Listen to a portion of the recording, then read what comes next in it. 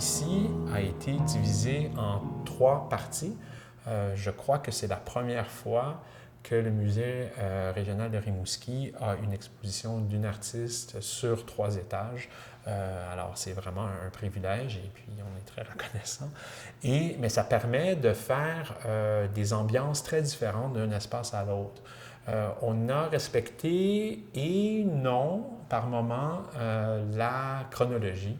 Alors, au rez-de-chaussée, il y a plusieurs pièces qui remontent aux années 40 et des archives documentaires sur l'ensemble de son parcours, ou à peu près. Et ça, c'est juxtaposé à des sculptures des années 60. Certaines d'entre elles évoquent un peu le mouvement et la danse d'une manière très épurée. C'est une salle assez sobre où le noir et blanc domine. Et la documentation archivistique aussi, qui met un peu la table, mis à part quelques points de couleur dans les tableaux du début des années 40, on reste vraiment dans une palette assez sombre. Au deuxième étage de l'exposition, on a fait une juxtaposition entre les sculptures de la deuxième moitié des années 60 avec la peinture des années 90 jusqu'à maintenant. La peinture de cette période-là, comme la sculpture, est caractérisée par un emploi de la couleur vraiment très vif, très fort.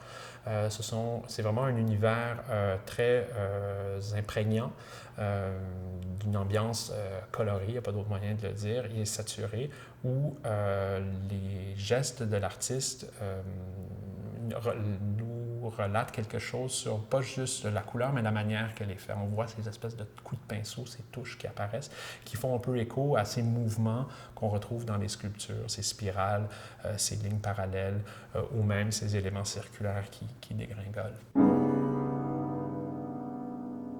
Le troisième étage est surtout dédié à son premier retour à la peinture.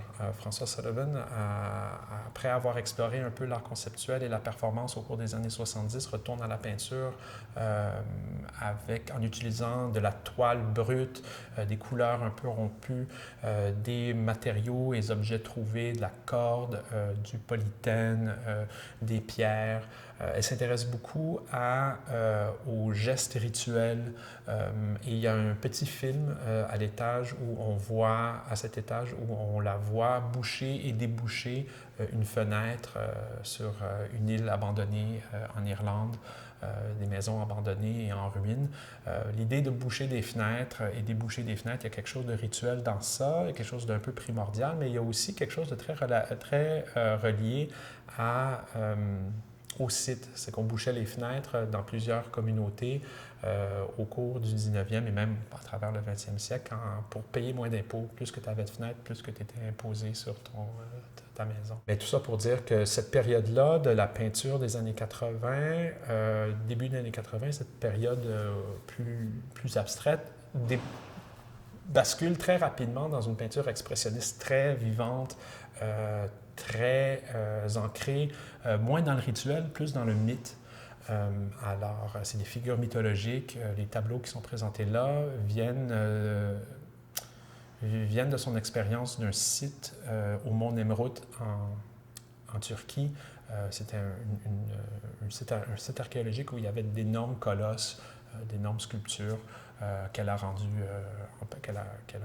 reproduites en peinture. Après avoir visité le site 2 fois, elle était très imprégnée par l'atmosphère atemporelle ou intemporelle plutôt du lieu.